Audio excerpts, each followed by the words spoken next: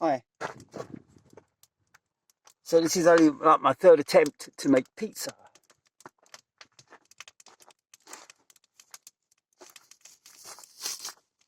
And did this pizza last night, but I'd already eaten one, so I didn't want to eat two.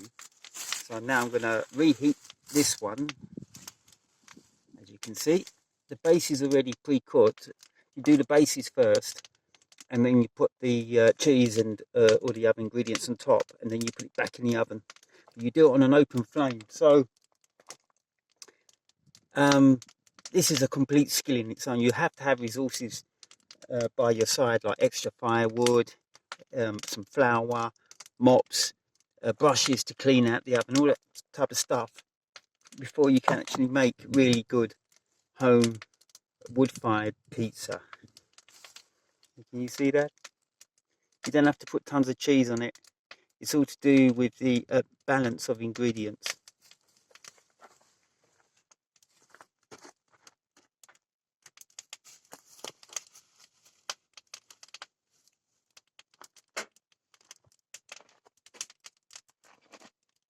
Just waiting for that to heat up nicely. Nice flame in there. Embers were carried over from yesterday. If I show you, I've actually faced the sides of the Sphinx, and I'll give you a picture of that also. Done some concrete in this whole project here. This is the main centre of my kitchen area. I've got the water tower, which is over there, but that's one thing. But this is where we do the cooking. This is where the volunteers will congregate. And everything's got to be very, very safe, so that I've got methods of extinguishing fires or making sure that the area around is clean and no loose embers are going to be flying out, or chisps of sparks of fire are going to be coming out and being blown around the land. So this is it's a long barrow style earth oven. It has a stepped floor made of clay bricks.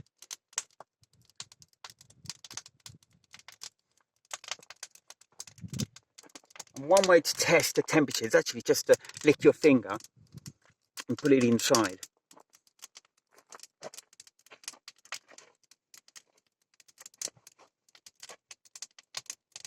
And it's hot, but it's not hot enough. So when that flame really gets going, then I'll put the pizza back in. And so you're going to be in there 10 minutes. It's like your own conventional oven.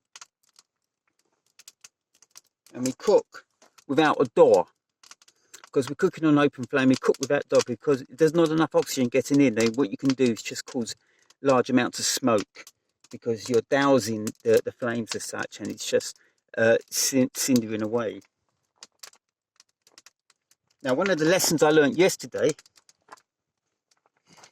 is to wear a hat, because the heat comes out through the top of the door along with the smoke, or it goes out through the flue.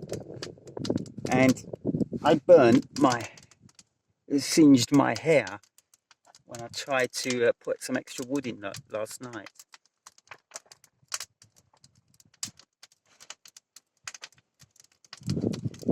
So as I developed this skill through the years, I'm going to have to get some tools. Now this is a great one. This is for pushing wood to the back, and pushing ashes, and even pushing pots and pans and that sort of thing in locations within the oven.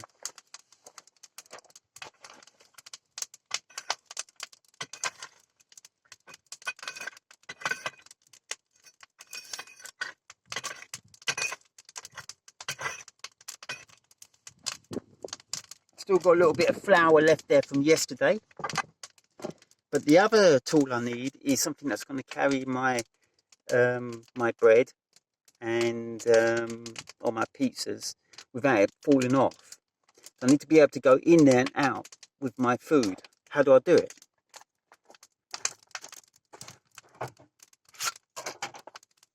I'm improvising with this saw. Yeah, you can see there's still flour on it from yesterday.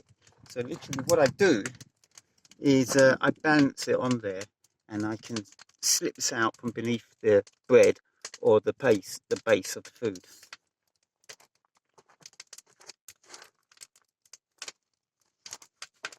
Here we goes.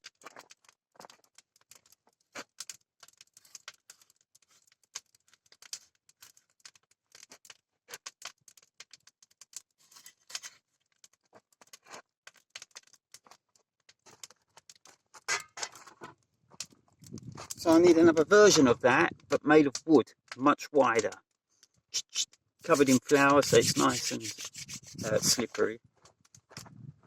Also bear in mind that if you're doing stuff like baking, flour is combustible.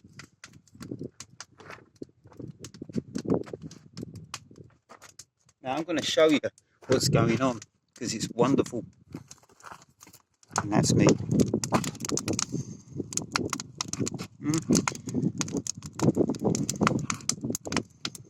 I'm thinking of putting a fire blanket, hanging a fire blanket here as my door. Make sense? So I'm looking for a fire blanket.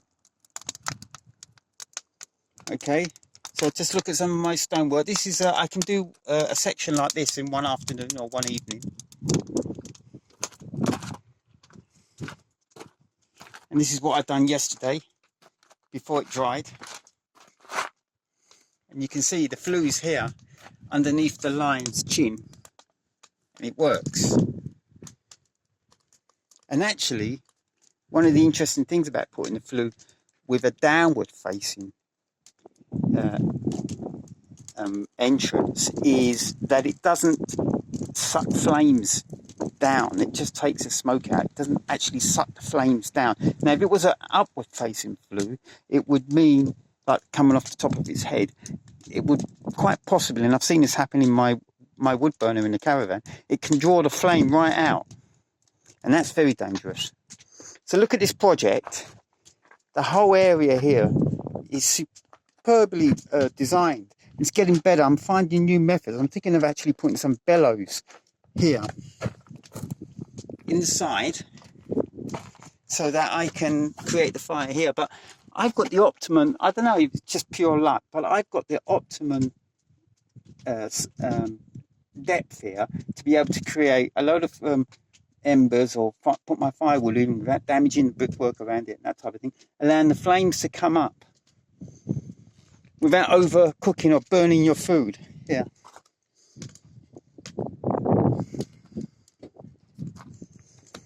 And my lime covered clay oven is holding up really well. It's been so dry though, we've got a drought, we've got another heat wave coming, that there are various cracks appearing. Can you see that? But overall, it's doing superbly well. As soon as you get a little bit of moisture, and we haven't even had the dew yet. We've had a couple of tempting thunderstorms at night, but absolutely no rain, nothing at all for like 6 weeks, 8 weeks. And all of those cracks will just expand and heal as the lime reacts with the carbon dioxide in the air. It actually takes carbon dioxide out of the air. So let's put you on pause.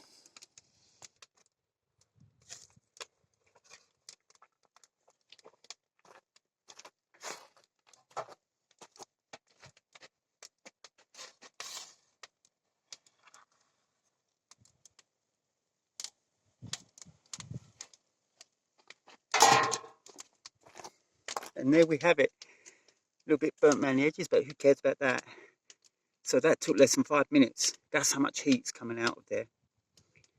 And I've got pepper, onion, mortadella, and cheese and tomato. So that's what I want to do on a Saturdays. I want to invite a cyclist in off the road, maybe just 6 maximum or something like that. I've already started restoring the garden furniture around here, and doing some of the basic stuff before I can invite anyone into this place to pay for a meal like this. And if I could do 10 of these pizzas every Saturday afternoon, I'll make myself €100. I can live on that very, very easily. Bon appetit.